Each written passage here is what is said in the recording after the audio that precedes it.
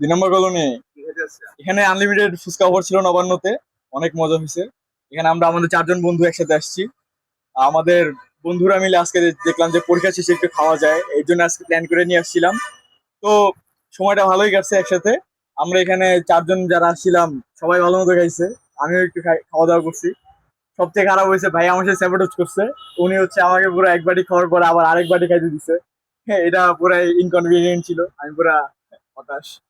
ভাবছিলাম দোকান খালি করবো, পারলাম না। আমি আলহামদুলিল্লাহ 85 মতন খাইছি। এখন টার্গেট হচ্ছে 100+ খাওয়ার, ইনশাল্লাহ খেতে পারবো। আরো দোয়া করবেন আপনারা। গতবার বলেছিলাম আমি 150 পিস খাবো, কিন্তু খেতে পারি নাই, খারাপ লেগেছিল এই জন্য। এখন ইনশাল্লাহ আমার এখন কনফিডেন্স আছে, আমি আরো মানে আরো খেতে পারবো, 100+ খেতে পারবো। আমি পজিটিভ এক্সপিরিয়েন্স। হ্যাঁ, পজিটিভ এক্সপিরিয়েন্স।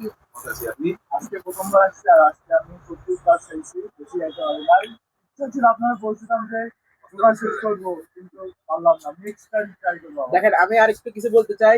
ওরা বলেছিল দোকান শেষ করবে, এখন ওরা পারে নাই। তার মানে এটা মানে কি বোঝাচ্ছে? তার মানে ওরা হচ্ছে কাপুরুষ। আমি এখনো বসে আছি খাওয়ার জন্য, তার মানে আমি আসি। জামাই এটাই পরা প্রমাণিত দিছে। হয়। জামাই জামাই জামাই করে দিল।